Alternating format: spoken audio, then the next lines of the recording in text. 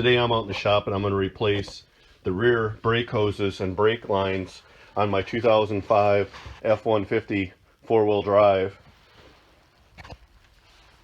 The brake hoses from Rearend are about 10 bucks a piece, and these items here from Motorcraft through Rock Auto, each side is $40 a piece. So you get the brake line and the hose as an assembly for each side. And you can see the right side goes over the diff, the left side is just a short piece, and then the center hose, single center hose from Rearend is about 20 bucks. In Stiles automotive fashion, I don't like to do things just halfway, so I've replaced the brake lines on both sides. And the risk with taking off a hose is twisting this line where these connections go together, not being able to get them apart. You can use a little heat on them like I did on this connection, but you run the risk of not getting them apart. So in true Stiles automotive fashion, I've replaced the whole assembly. Like I say, on the Stiles automotive channel, I do general automotive work, shop tips, and other general maintenance on lawnmowers and other things. If you find this video helpful, please subscribe, give me a thumbs up. Let me show you the tools that you're going to need for this project. To start with, a good brake cleaner. Now this makes a good penetrant also, so if you clean up these connections with the brake cleaner, that helps. And then use a good penetrant, like PB Blaster, some brushes to clean up these connections and allow the penetrant to soak in. Of course, 20mm combination wrench that allows you to hold this fitting. This is 20mm. It's the body size on this, so it doesn't turn while you have the lines connected. 7/16 line wrench.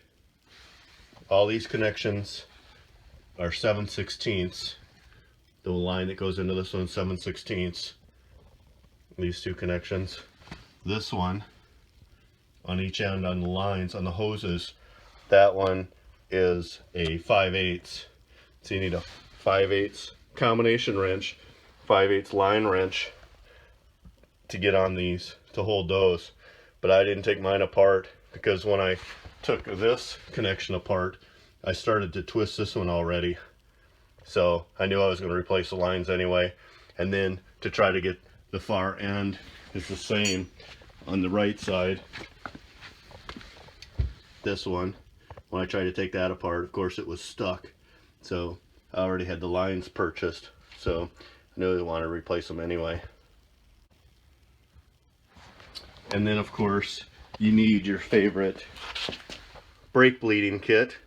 So 7/16 on my bleeder valves, hose, and a suitable container, and of course brake fluid. So start with your truck on jack stands, supported under the frame, block the front wheels so that your rear axle is not supported.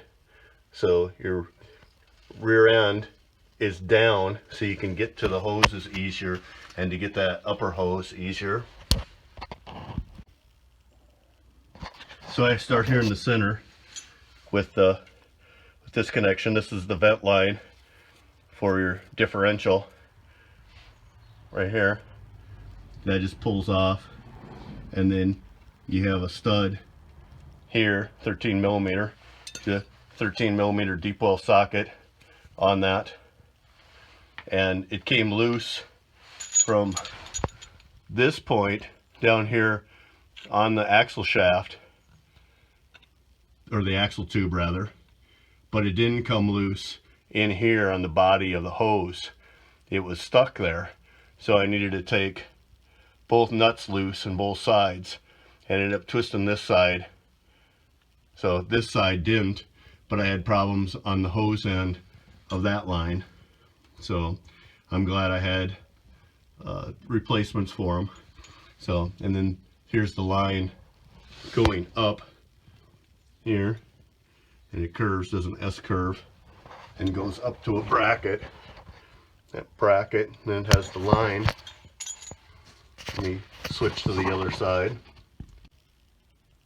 So it has the line going into it here. This side. So there's a hard line, and then the hose, and it has a key on this. So if you go to this side, that key just pulls out.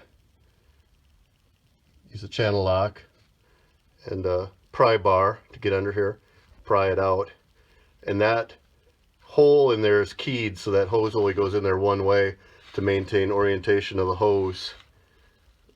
And I was able to use PB Blaster on this connection, and it came apart without hurting this line, which I was very fortunate. And then I took this bracket off. The 10mm bolt threads into the frame, into a captive nut right there in the frame, sheet metal nut. So not too bad of a job.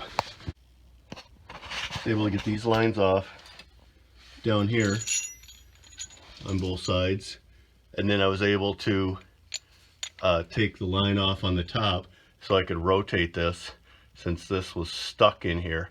And then I took it out to the vise and heated up this hose, and that's why you see where my hose came apart.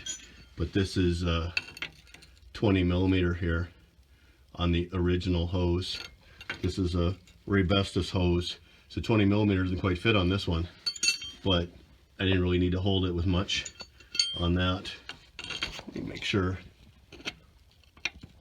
Yeah, that's not 20mm on the Rearend, but the original equipment hose was 20mm to hold down. Yeah, then so on the hose end, these are 10mm head size bolts here, and the banjo nut on the caliper here. Get banjo nut on the caliper, 14mm.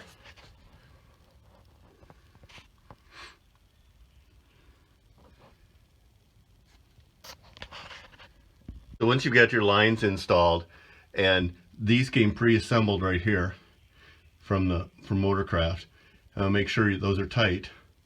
Mine were tight and they sealed, but once you've got all the lines on, they're all tight, and you want to check for leaks. It's gravity feeding right now, and then you bleed your brakes, cycle your brakes several times, pump them up and hold them. Pump them up 3 times and hold it. Come back and check for wetness around your fittings, around all the fittings. And if there's any wetness, tighten them up a little more. Or, like on the banjo end, there's brass washers on each side of this. You may have to replace the washers. But usually, generally speaking, you just tighten that up a little bit more, 1/8 of a turn or less. And same thing with the rest of your fittings, and wipe them down good, clean them good, and then do the pump them up and hold them. Make sure you get good pressure on your brake system, and then check for leaks again. Continue to do that until you have no leaks. Yeah, so back out here on the floor, this is the original equipment one. That's 20mm. That's what I was talking about. You can see I heated this one. So this is where it was stuck. In here where that vent stud went through, required heat to get that out. It's not threaded, it's just so much dirt and corrosion in it. But once you heat it, you know, and whenever you heat a hose, it's going to come apart on you. And I like to use the oxyacetylene small tip, so you got intense heat in a small isolated area, so you're not ruining everything. Anytime you heat anything, it's suspect. The heat treat is going to be gone, so you want to replace it, especially a brake hose. If you heat a brake hose at all, you need to replace it.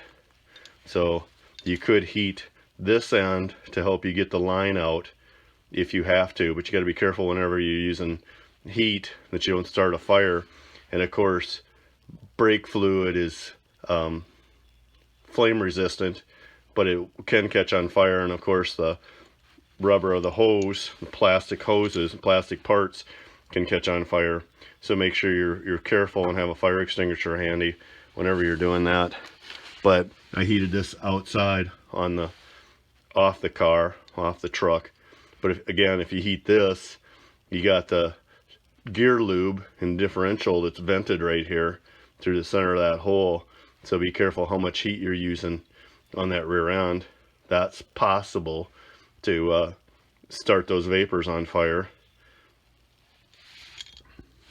So here's the deal with these, and this one, this is the left side one. It's stuck in here, so it's not a good one to show you. So I've twisted, you can see this isn't straight anymore. I've twisted this line, taken it off, and this is the right side.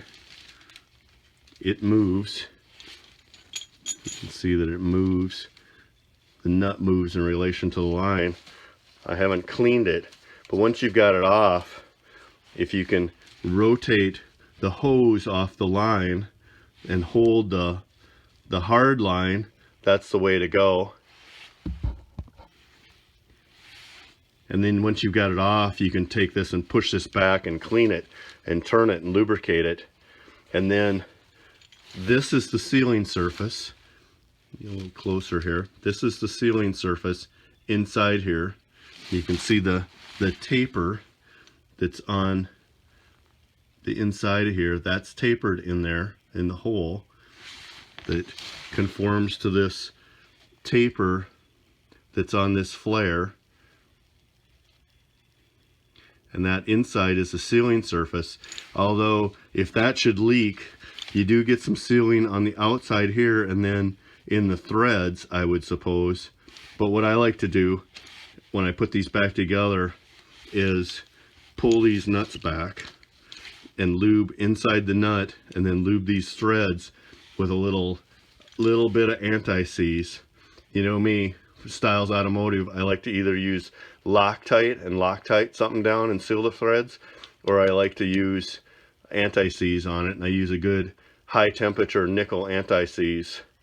Don't use the cheap aluminum anti-seize. That doesn't make any sense. So I use just a little bit on these threads and a little bit inside the nut, so they'll come back off in the future. So 100,000 miles from now, or another 215,000 miles from now, that's how long these lines have gone on this truck, is 215,000 miles. So in a few years from now, I'll be able to take those back apart. So that's it. Once you've got the lines replaced, you've got air in the lines, obviously. And if you put these back together in the order where you're putting this hose on last, this is going to continue to drip. It'll gravity feed from your brake reservoir and drip to here, but you still have air in the lines. See, what you want to do is make sure you bleed the lines using plenty of brake fluid. And again, every time I do it, I like to change out the brake fluid. So I take the reservoir all the way down to almost nothing, and then fill it up with clean fluid, and then take it down to nothing again, and make sure I got good clean fluid in the lines. That makes sure I don't have any water in my brake fluid.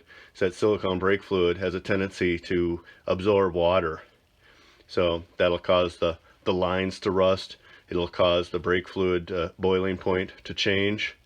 And you want to make sure you don't have any contaminants in your calipers, so you got long life for your calipers. Well, that concludes the video. If you find it helpful, please subscribe and let me know in the comments.